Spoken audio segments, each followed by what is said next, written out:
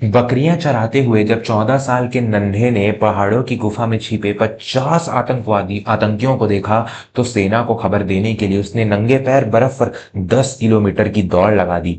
जब तक सेना पहुंची बच्चे का शरीर जम चुका था। कश्मीर की वादियों में जब सर्दियों की दस्तक होती है तो आसमान से गिरती बर्फ सब कुछ सफेद चादर में ढक देती है।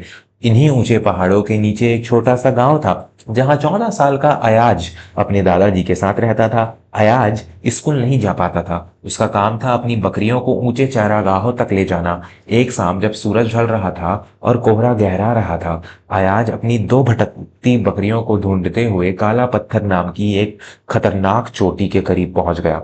वहां सन्नाटा था, लेकिन अचानक उसे कुछ इंसानी आवाजें सुनाई दी। अयाज एक चट्टान के पीछे छुप गया।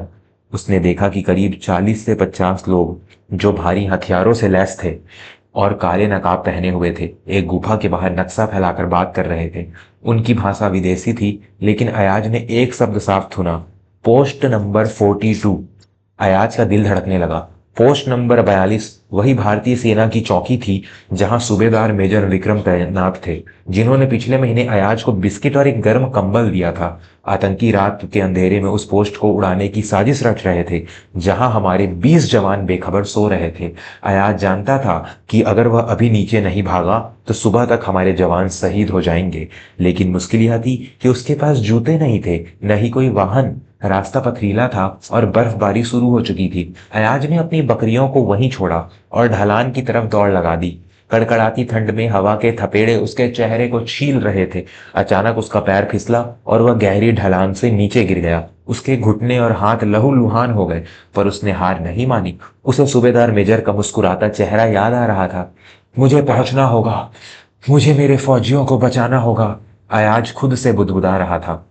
10 किलोमीटर का वह बर्फीला रास्ता जिसे पार करने में घंटों लगते हैं, अयाज ने नंगे पैर और फटी कमीज में दौड़कर महज 45 मिनट में तय कर लिया। जब वह आर्मी पोस्ट के संतरी के पास पहुंचा तो उसकी आवाज नहीं निकल पा रही थी। उसका शरीर नीला पड़ चुका था और वह कांप रहा था। उसने बस ऊपर की ओर इशारा किया और हाँफते हुए बोला, साहब, काला पत्थर, बहुत सारे बंदूक वाले हैं, गुफा, मार डालेंगे सबको।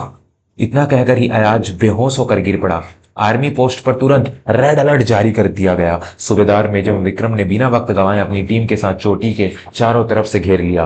रात भर भीषण गोलीबारी हुई। अयाज की सटीक जानकारी की वजह से भारतीय सेना ने सभी 50 आतंकियों को मार गिराया और भारी मात्रा में आरडीएक्स, जो बम होता है एक प्रकार का, वो बरामद किया। अगली सुबह जब सूरज निकला तो हमारे सभी 20 जवान सुरक्षित थे, लेकिन अयाज, उसे बेस हॉस्पिटल के आईसीयू में रखा गया था। उसके पैर फ्रॉस्ट बाइट की वजह से काले पड़ गए थे और डॉक्टरों को लगा था कि वह शायद ही बच पाएगा। फ्रॉस्ट बाइट मतलब ठंडी की वजह से खून का दबाव कम हो जाता है, खून का चलना, और ये काले हो जाते हैं। और अगर काले यहाँ तक काले होते हैं वहां तक पूरा निकल जाता है और उंगली हाथ पैर सब कट जाते हैं, नाक भी कट जाता है कई बार।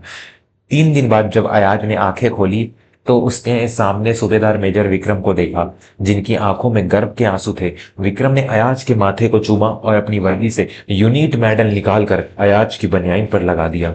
विक्रम ने कहा, बेटा, हम तो वर्दी पहनकर देश को बचाते हैं, पर आज तुमने बिना वर्दी के असली सिपाही का फर्ज निभाया है। अगर तुम ना होते तो आज हम में से कोई जिंदा ना होता। अयाज मुस्कुराया और बोला, साहब, दादाजी कहते हैं कि ये जमीन हमारी माँ है और माँ को बचाने के लिए जान की बाजी लगाना तो हर बच्चे का हक है। अयाज को उसकी बहादुरी के लिए राष्ट्रीय वीरता पुरस्कार से सम्मानित किया गया।